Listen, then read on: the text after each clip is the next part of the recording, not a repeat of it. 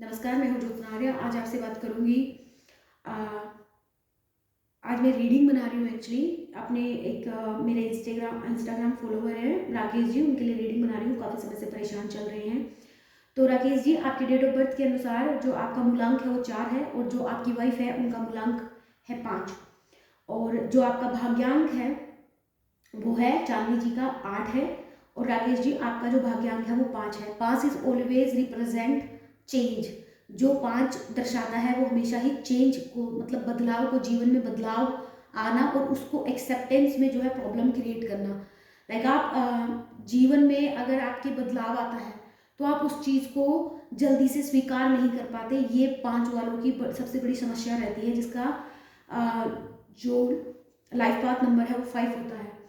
और जिसका 8 होता है वो जो पास्ट लाइफ कर्मा उसको बहुत ज़्यादा इफेक्ट करते हैं। आपकी जो लाइफ में इशू चलेगा वो आपको सबसे ज़्यादा जो इफेक्ट करेगा वो राहु करता है राकेश जी। और जो आपकी वाइफ को सबसे ज़्यादा इफेक्ट करता है बुध ग्रह आपका बहुत ज़्यादा इफेक्ट करता है। आपको जो स्वास्थ्य संबंधी समस्याएं हो सकती है, आँख वगैरह में दर्द और सर में दर्द होना आपके लिए नॉर्मली हो सकता है कि बहुत आपकी लाइफ में इफेक्ट करें ये सब चीज़ें इस साल में। इसी साल की मैं बता रही हूँ, आगे की नहीं बता रही। करियर के मामले में कोई इशू नहीं आएगा। अगर आप व्यवसायिक क्षेत्र में आपको सफलता मिल सकती है, लेकिन जीवन साथी के साथ अगर आपको संबंध अच्छा बनाए रखना है तो आपको कुछ चीज़ों का बहुत ज़्यादा ध्यान रखना पड़ेगा। जैसे अगर घर की बातें बाहर बताई जाती है तो लाइफ पार्टनर एक दूसरे के साथ क्या कर सकते हैं, मनमुटाव की स्थिति बन सकती है, तो उन सब चीज़ों को करने से बचे। और इस साल में जो है माता और बच्चों को स्वास्थ्य संबंधी समस्याएं थोड़ी सी भाग्यांक 8 वालों के लिए हो सकती है। और घर की बात बाहर ना कहने के लिए इसमें साफ साफ जो है लाइफ पाथ 8 वालों के लिए कहा गया है। तो ये मैंने थोड़ा सा बताया आपको नंबरोलॉजी के बारे में।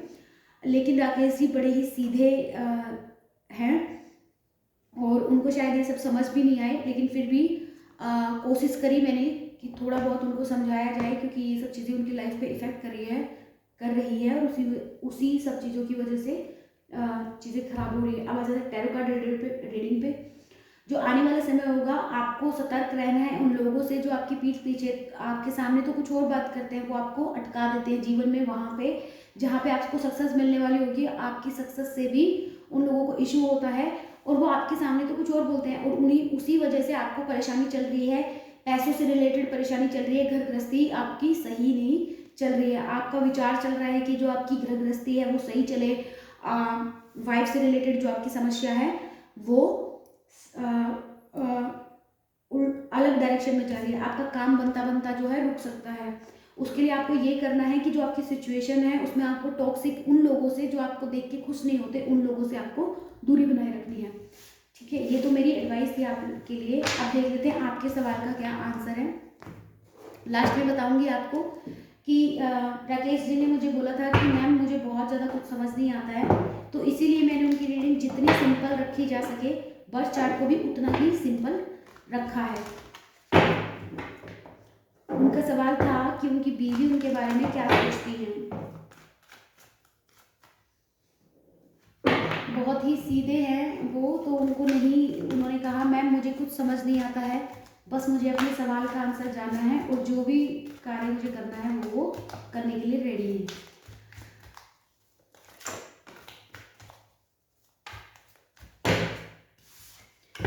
राकेश जी, आपकी वाइफ आपसे काफी ज्यादा गुस्सा है।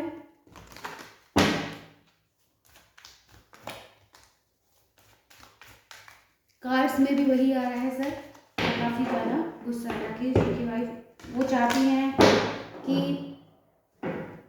आप वो अपनी लाइफ को थोड़ा फ्री करना चाहती हैं। उनको पता है कि आप जो है उनके लिए सही इंसान हो सकते हैं, लेकिन वो आपकी कुछ आदतों से बहुत ज़्यादा परेशान चल रही है सर।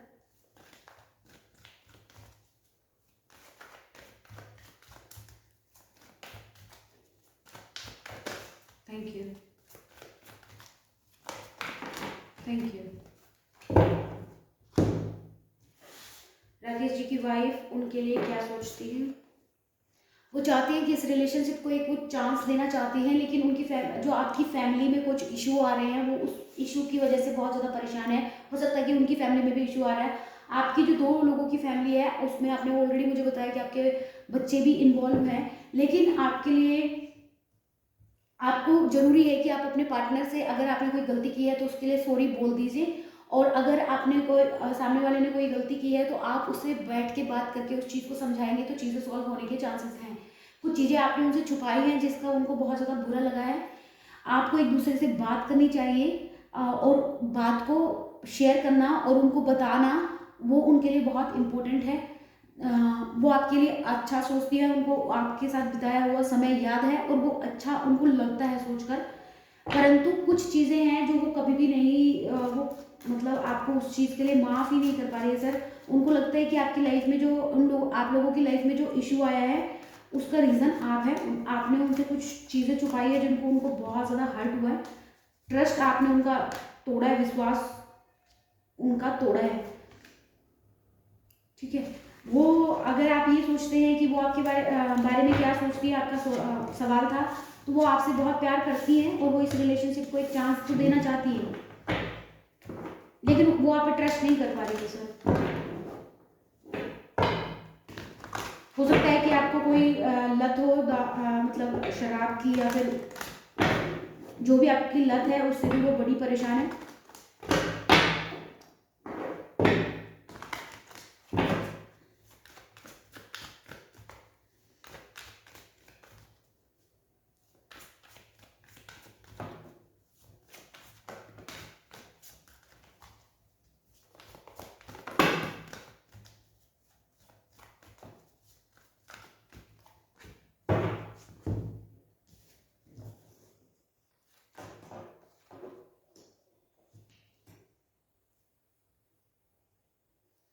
सर अभी जो आपकी लाइफ में जो ये आप सॉल्यूशन पूछ रहे हैं कि क्या वो वापस आ जाएगी, सर अभी अगर आप तुरंत उससे बात करते हैं और चाहते हैं कि वो वापस आ जाए, तो वो ऐसा पॉसिबल नहीं हो पाएगा। वो पॉसिबल नहीं हो पाएगा सर। अगर आप चाहते हैं कि वो अभी आपसे बात करने लगे, क्योंकि हर चीज़ को सही होने में टाइम लगता है, वही टाइम आपको उनको देना चाहिए। आपको आने वाले समय में जो है मौका मिलेगा, लेकिन अभी के लिए सर ये टाइम सही नहीं है कि अभी आप जाके उनको बोले कि अ, अगर आप बोले कि वापस मत चलो, तो आपको वो नहीं करना है। आपके लिए एडवाइस ये है सर कि कुछ आने वाले कुछ सप्ताह तक, और कुछ 1-2 महीने या कुछ सप्ताह, 1.5-2 महीने तक आप जो है उनसे अ, वापस लाने की बात ना करें तो बेटर रहेगा। सिर्फ बात करें, और वापस लेके आने के लिए कोई भी एक्शन ना लें। तो ये तो सर मेरी तरफ से आपके लिए रीडिंग। आपने स्पेसिफिकली पूछा था कि सर मैम मेरे को बस जस्ट गाइडेंस चाहिए आपसे, और मेरे को प्रॉब्लम का सॉल्यूशन चाहिए, और मेरे को बिल्कुल ही सिंपल चाहिए, ज़्यादा उनको समझ सर को नहीं आता है, विच इज़ ओके। तो ये थी सर आपके लिए जो आपने पूछा था, स्पेसिफिक क्वेश्चन का स्पेसिफिक आंसर, कि अभी आप इस विषय में कुछ भी मत करिए, कुछ समय दीजिए। कम से कम जो है आप उनको 5 हफ्ते का समय दीजिए सर। 5 हफ्ते के बाद आप उनसे इस टॉपिक पे बात करिए। अभी अगर आपको उनसे बात भी करनी है तो इस टॉपिक पे मुझे नहीं लगता कि आपको बात करनी चाहिए, क्योंकि वो अभी इस टॉपिक पे एक्शन लेने के लिए बिल्कुल भी रेडी नहीं है। नेक्स्ट आपको मैं बता देती हूँ छोटे से उपाय आपके लिए जो है। आप हर बुधवार को, आपके वैवाहिक जीवन में अगर आ रही है प्रॉब्लम, तो आपको जो स्पेशली उनके लिए बता रही हूँ जिनका बुध जो इफेक्टेड है, सर का बुध इफेक्टेड है, तो उनके बता रही हूँ मैं। सॉरी, सर का जो है राहु इफेक्टेड है, मैम का बुध इफेक्टेड है। तो आपका जो राहु इफेक्टेड है उसके लिए आपको सर ये करना है, एक तो शराब वगैरह चीज़ों से दूर रहना है। इस चीज़ें आप वरना कलेश उत्पन्न करेगी। अगर आप नहीं करते हैं ये सब चीज़ें, तो आपके लिए ये है कि आप डॉग, स्ट्रीट्स डॉग, जो पालतू कुत्ते नहीं होते हैं उनको, अगर वो काले रंग का तो बेस्ट है, अदरवाइज जैसा भी है उनको आपको रोज, अगर आपके पास बहुत ज़्यादा अमाउंट में नहीं है, आपका खुद का ही घर का खर्चा कम उससे चल रहा है, तो आप जो भी रोटी अगर आपके घर में बचती है तो वो उसको खिला दीजिए। ये आपके लिए बहुत ज़्यादा लाभदायक होगा। अगर काला मिल जाए तो बेस्ट है, नहीं तो कोई इशू नहीं है। घर पे गंगा जल हो तो उसका थोड़ा सा नहाने से पहले पानी में थोड़ा सा डाल लें। लोहे का जो है आप अपने हाथ में या रिंग जो पहने लोहे की पहने, आपके लिए बहुत अच्छा रहेगा। और अगर मैम उपाय कर सकती हैं तो बुध का उपाय उनके लिए होगा। आप बुध को उनको जो बुधवार को गणेश जी को 21 दुर्वा चढ़ानी होगी 3 महीने तक, तो उनका जो है प्रॉब्लम सॉल्व हो जाएगी। तो यदि आप लोगों की आपके लिए रीडिंग सर, मैं आशा करती हूँ कि आपको ये रीडिंग पसंद आई और आपको इससे हेल्प मिले।